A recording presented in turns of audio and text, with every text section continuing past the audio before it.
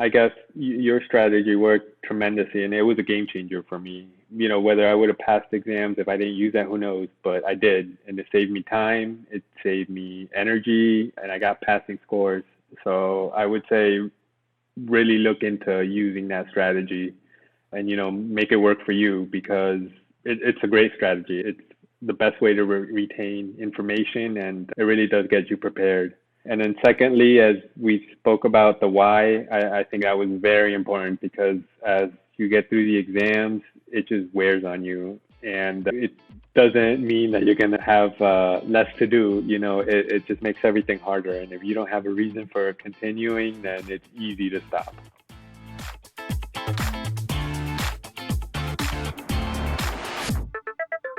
Welcome to episode 79 of the CPA Exam Experience podcast from Superfast CPA.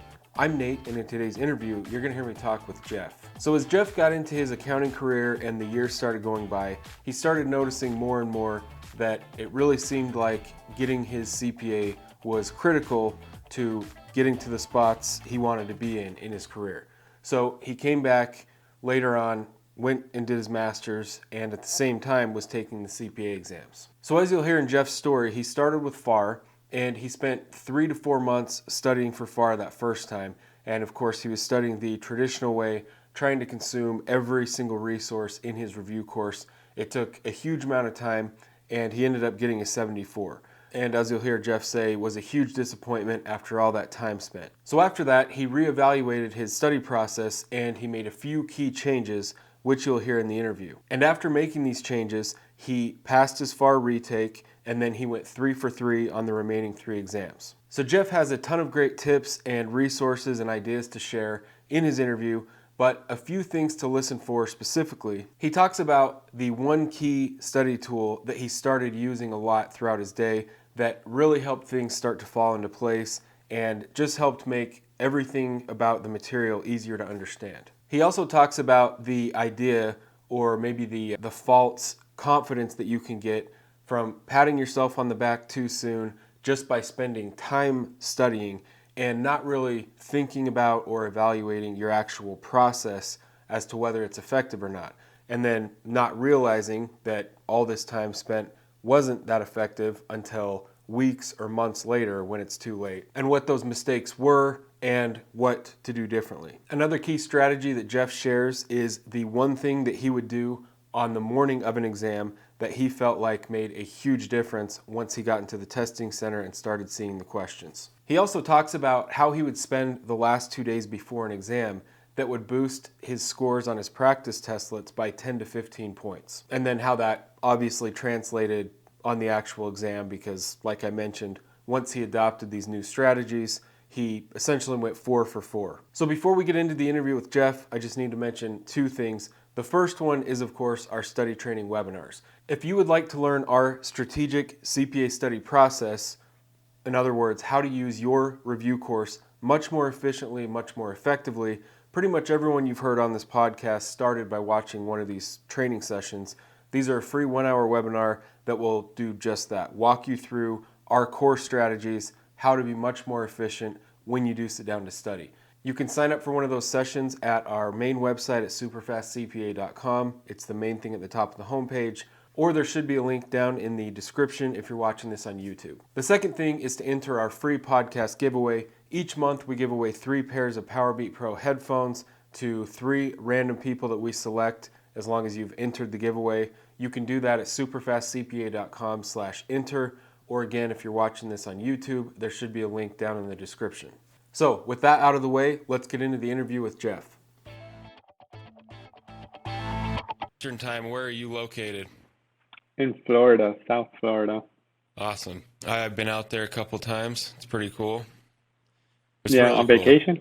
Yes. And then I actually did a kind of a sales internship in the middle of my bachelor's degree out there. So I lived in, what was it called? Pompano Beach. Oh, okay. All right. I'm close by. Yeah. Yeah, Parkland. Yeah, it was fun. On the weekends, we'd go to the beach, and yeah, that was pretty much it. Yeah, I don't go to the beach, but yeah. Probably one of those things, if you live there, it's just there, and yeah, you might go once in right. a while if people visit you. Exactly. That's exactly what it is. Yeah. So where are you at in like how long have you been out of school? What made you want to get your CPA? We'll just start from the beginning. Sure. Well, actually, if we go back all the way to the beginning, when I started my bachelor's, it was actually in communications, so it wasn't even in accounting.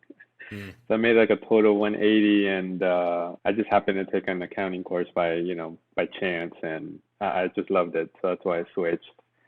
But as far as the CPA is concerned, as I was out of school, the more and more I worked in different companies, I noticed people had their CPA, and if I wanted to get anywhere in life, that was something I needed to have. So I finished my bachelor's. Oh, it's been a while, forgive me. Probably Yeah, no worries. 2010, Okay. 2010. And then I started my master's 2 years ago. I finished last year. So at the same time, I was actually taking my CPA and, my master's, finishing that up. That's a lot of work. And working, I'm guessing.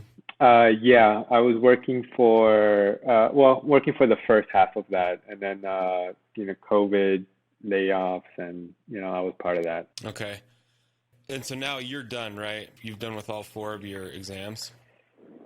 Correct. Nice. And do you actually have your CPA, or do you still have like the little state ethics things, like those last few things, or you actually have it? Yeah, no, I have it. Yeah, I submitted everything in July, I believe, and I took forever, but I got the certificate like about a month ago. Awesome.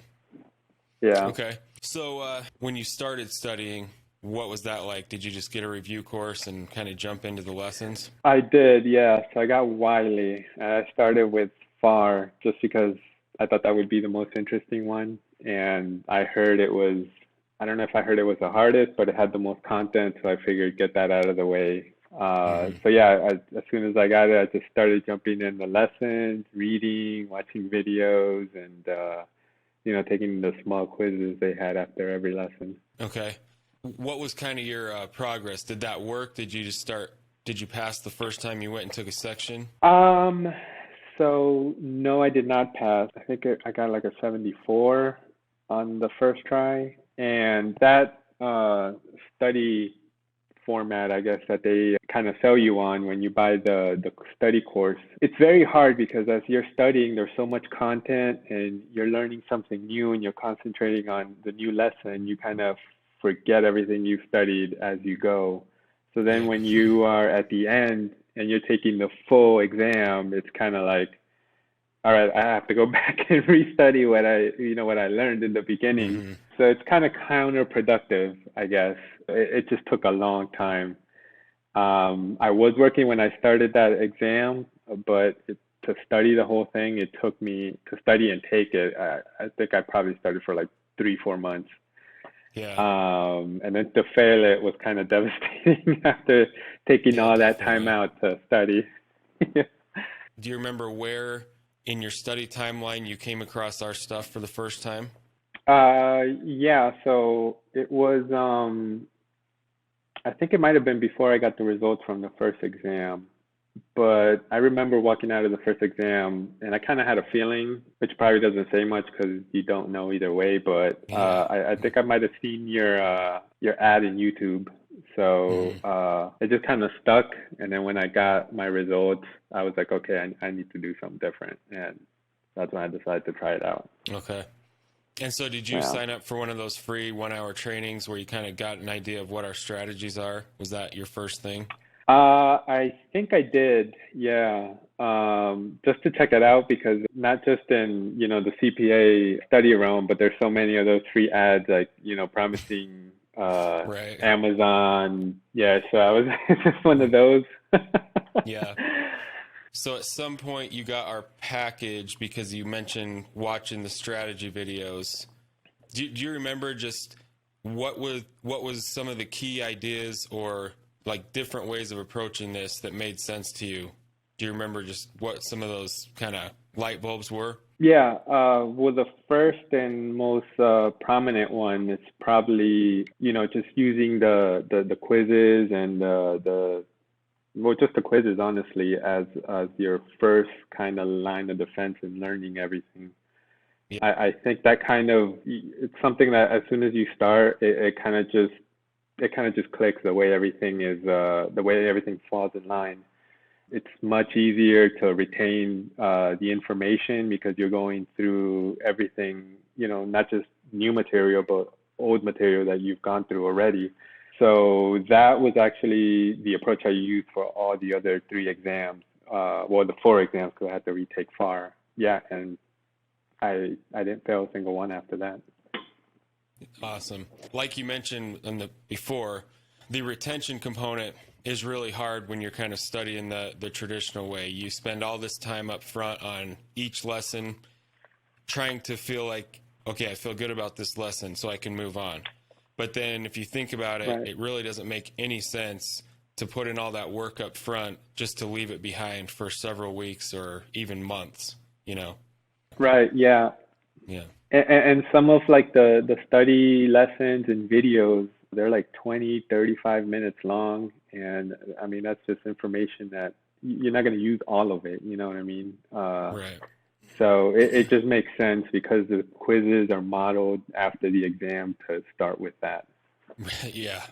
Right. It sounds obvious once you say it, but like that's one of the key things I try to tell people is like, okay, listen, you're studying to pass the exams you're going to see on test day. You don't need to be able to get up and teach a class on every topic. And, those That's two true. approaches are obviously totally different. Yeah, they are. Yeah, no, it's totally true. And aside from that, another point I think I remember you making, I'm pretty sure, was, when you're studying the quizzes, you're, preparing yourself to answer questions too. You're not just, listening to information. You're also, studying to actually take an exam. Right. There's several components. It's the whole idea of kind of like active learning versus passive. It's easy to press Right. play and start watching a video and pat yourself on the back and think, okay, I'm studying right now. But maybe 5% of that is actually getting in your head. Whereas if you've got to be clicking through questions and reading explanations, it's just different. Your brain is more engaged the whole time. And then It is, yeah. yeah. Yeah, and it's funny you mentioned that because I think when I was studying for the first time, I was kind of patting myself on the back after every lesson just because it took so Yeah. much for me to listen and get through it. Yeah, that's the bad thing is, again, I say this all the time on the other episodes, but there's so many people out there that are dedicated, putting in the work. And the bad thing is, even if you're studying ineffectively and you don't really know that until test day, you're still taking all that time away from stuff you'd rather be doing. So whether Yeah. you're studying as effective or not, you're still like missing out on whatever it is, your hobbies, family time, stuff you'd rather be doing, obviously. And so you really want it to pay off so that you don't have to keep redoing exams. Yeah. Right. Yeah, I completely agree. And what about did you use the study tools kind of throughout the day, like our review notes and everything, or were you mostly just kind of using the strategies, applying it to your review course? Well, I used, I think another thing you mentioned, which was a great idea, was I would take my dog out for a walk and, I'll pop out the app and start going through the questions. I would supplement your questions with the ones that the review course provided just to kind of get, different questions so they didn't get repetitive. And I would go through the notes. I would read them sometimes, and then when I was in the car, listen to it. But I think I went through the notes more rigorously on exam day, like before the exam. And I think you mentioned this also about going through the notes and making sure you get any last bit you can out of them. And that's exactly what I did. I would wake up early and go through the entire notes. And I think it helped tremendously. I think for every exam, there was always one thing that I remember from the notes. Yeah, and a lot of people use them like that. You can use them throughout the day whenever it makes sense, but a lot of people really focus on them in the last few days, almost as as part of their final review, but almost as like a cram course type thing. Right, exactly. That's exactly what it was, yeah. And then another strategy I think you mentioned was, cramming a day or two before. So that's what I would do, especially as I didn't have a job anymore. I was able to take my exams on a Friday as opposed to Sunday. And I would just have the cram sessions on Thursday where I would just 8, 9, 10 hours a day, just, exam questions all day. I think that was the difference. I think that really helped me. Yeah. That doesn't solve, if you've kind of slacked off and not studied very well for the weeks before, that won't solve your problems. No. But when you do that, in addition, I think that 2-day strategy is honestly worth 10 to 15 points maybe. Like, it's just a huge boost to just those last 2 days get essentially all the exam information floating around in your short-term memory before you walk in there. Yeah, and yeah, that's exactly right. I do remember you mentioning that, and I would remember going into those cram sessions thinking, okay, I've been getting scores of like 85, somewhere around there. After these cram sessions, I should be getting like 95, 100s. And that was always my goal after, taking the last practice exam or quiz session, whatever, it'd be getting 95 to 100. Yeah, that's awesome. And I mean, just I don't personally care what you scored on the exams, but just to see how that translates, what were your score ranges on the actual exams? Sure. So for FAR, I got 82. Audit was, I believe, at 85. Tax was 84, and Beck was 79. Yeah, those are really good. Yeah, I was thank you. Squarely in the 70s the whole time. I was just shooting for perfection, pure efficiency. Well, I don't blame you, because I think by the last exam I wouldn't have cared if I passed by 1 point or 10. Right. I just wanted it to be over. Yeah. So that's one thing you mentioned. So when you kind of shifted your study strategies after watching our videos, did it kind of free you up, make the study process less stressful, give you some of your day back? I mean, you're obviously still working hard. You got to study every day, but was it less intense than your first attempt? It was. Number one, it was more organized, because I think when I was taking the review course, I would just review, and sometimes I try to cram in one more review, and I kind of wouldn't know when to stop. But when I was just following your strategy, it was more, for me at least, it was more organized. I would say, okay, from 8 to noon, I'm gonna study, and I should be able to get 4 practice exams, 2 sims in there, take up 1 hour break, and then come back till 5 o'clock, and then take however many practice exams and sims in there as well. And at the end of the day, I felt much more refreshed, and like I retained more information, and I wasn't bogged down with lessons and reading and videos.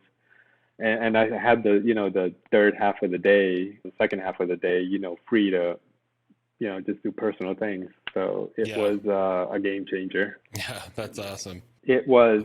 And when I got towards like the last exam, my wife had a son. So, that meant I had even less time to dedicate to the studies. So that made everything harder, but I'm so glad I was able to have a schedule and a study strategy that I could use. It really benefited me. I was able spending time with my wife, my son, and studying. It was a lot, but I was able to get it done. Yeah, that's great. Yeah, that's a lot. Is that your first kid? It is, yeah.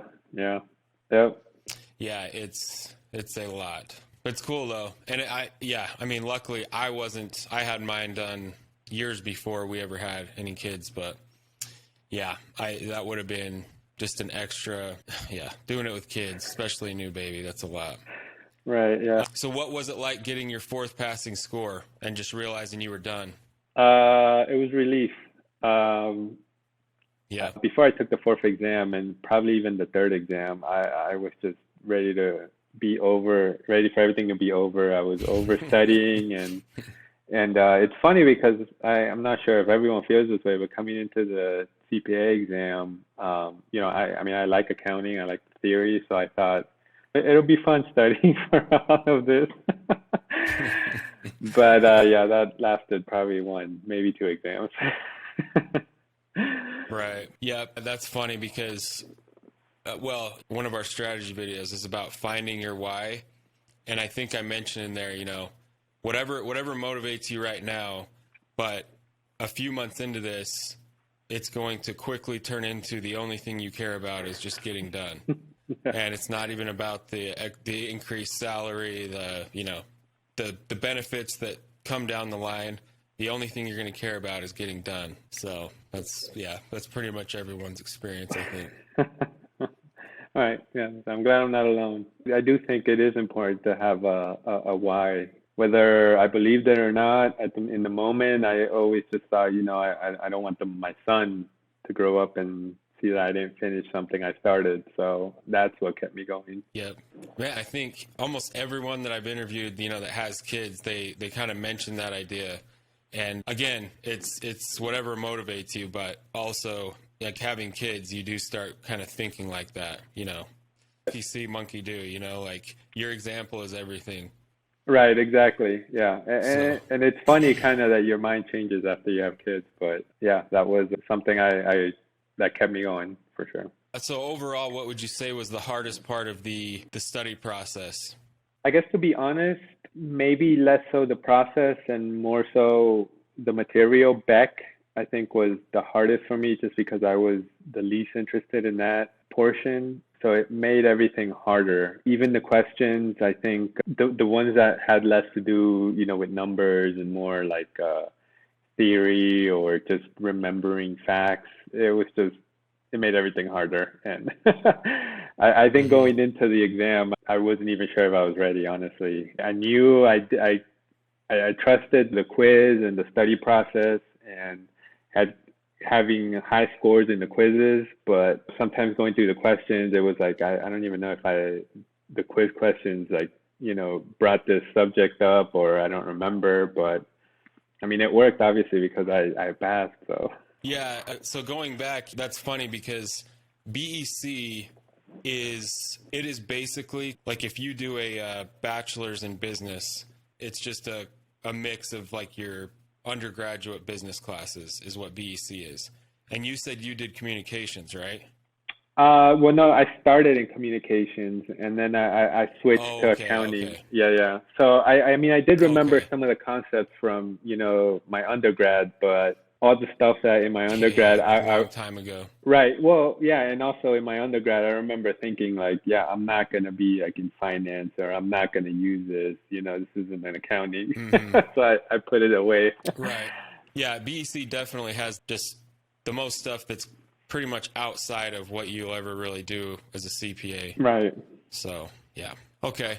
Well, we've gone through pretty much all the stuff I normally talk about. Even if it's something we already covered, if you gave 2 or 3 of your best tips to people currently studying, what would those be? Well, for me, I guess your strategy worked tremendously, and it was a game changer for me. Whether I would have passed exams if I didn't use that, who knows? But I did, and it saved me time, it saved me energy, and I got passing scores.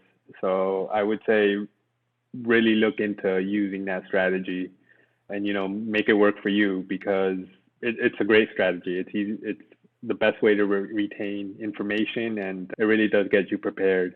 And then secondly, as we spoke about the why, I think that was very important because as you get through the exams, it just wears on you. And, it doesn't mean that you're going to have less to do. It just makes everything harder. And if you don't have a reason for continuing, then it's easy to stop. For sure. Yeah, I got into that idea on an interview I did yesterday where motivation is, again, when someone's starting and having like videos or talking about motivation, someone starting the study process is just like, just tell me give me the information so I Right. can study. It's like, well, trust me, a couple months into this, motivation is going to be a huge thing that you deal with every day. Like, the best strategies, the best material won't do you any good if you can't get yourself to sit down and study. So, Exactly. yeah.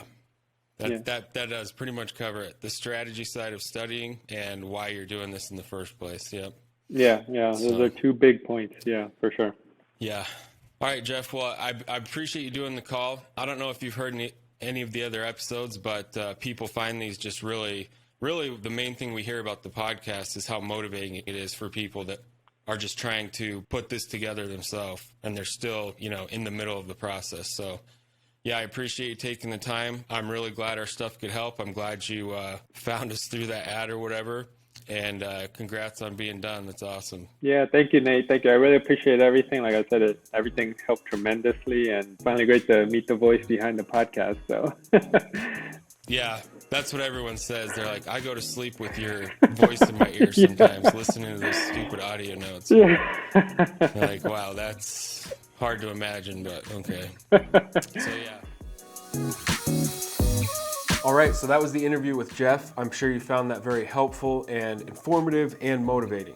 If you did find this episode helpful, or any of the podcast episodes helpful, please take a second and share it with someone you know who is also working on their CPA exams, because these interviews are the most helpful free resource available anywhere for people that are trying to figure out their CPA study process. Going along with that, it would be a huge help. We would really appreciate if you could take 30 seconds to maybe 2 minutes to find the podcast in Apple Podcasts or wherever you listen to these and leave a rating and a review. So thanks for watching, and we'll see you on the next episode.